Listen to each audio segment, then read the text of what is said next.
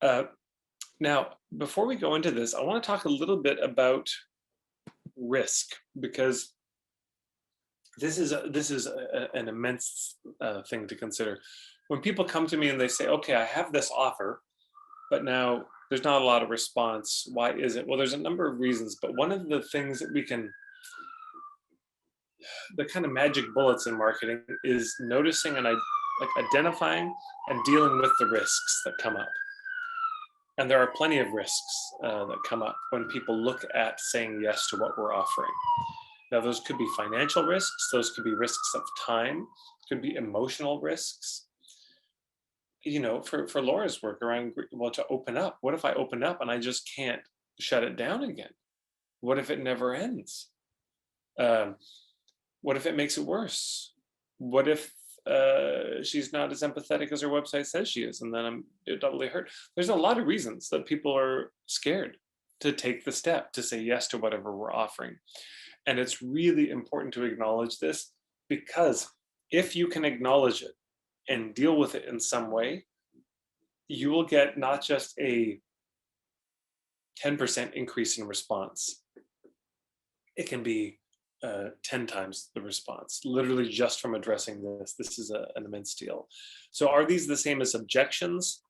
Probably. Yeah, probably the things that people would bring up as the yeah buts and I don't know and maybe but all that, these are just another word for their concerns, their fears, and we can't deal with them all. It was Laura, as we were talking, there's certain things you cannot solve for people.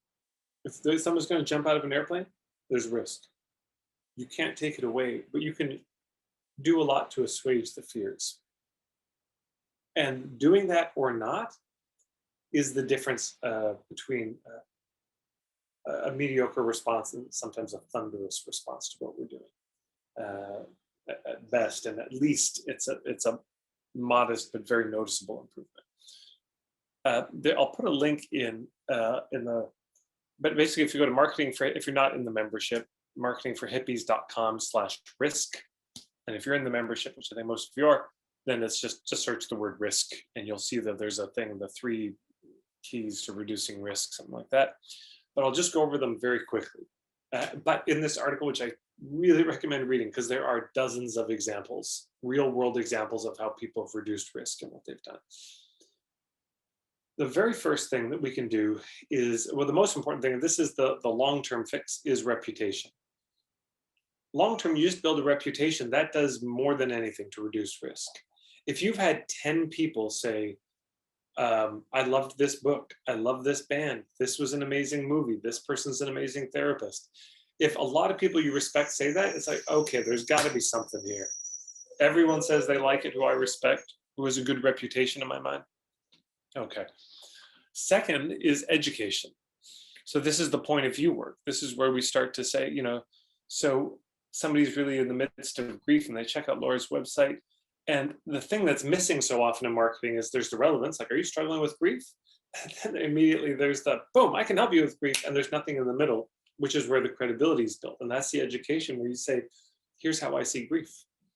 Here's my understanding of it. And there's some manner of education that happens. And this reduces risk a lot because they start to know, well, who the hell are you? How do you see this? What's your take on it? That really helps a lot. Because if you're going to spend a bunch of money, I mean, shit, don't you want to know how they see these things? Of course you do.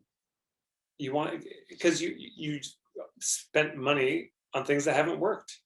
So now you're doing your due diligence. Well, are you just going to do the same thing those people did? Because I don't want to spend money and waste it like that. So there's education. And third, there's this idea of a kind of risk reversal, where you take on some of the risk, all of the risk, or more than all the risk. So this is where guarantees come in, pay what you can comes in, sliding scale, gift economy, all this. You're saying, I'll deliver the full thing. And then if it doesn't work out, it's on me, not on you, to some extent. Now, of course, emotionally, there's limited amounts you can do there, but financially you can do it. Hey, if it doesn't work out with me, I'll pay for your sessions with a colleague for the same number of sessions you booked. I don't know if I'd recommend that, but that's an example. I knew somebody who did who did they worked with allergies, and they were so good at it, and they just said, "I'll get rid of your allergies in 3 sessions, guaranteed."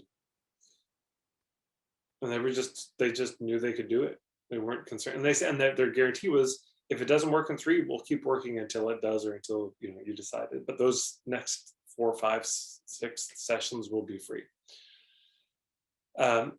So, anyways, I would read over it. There's lots there, but I share all of that just to kind of underscore how important it is.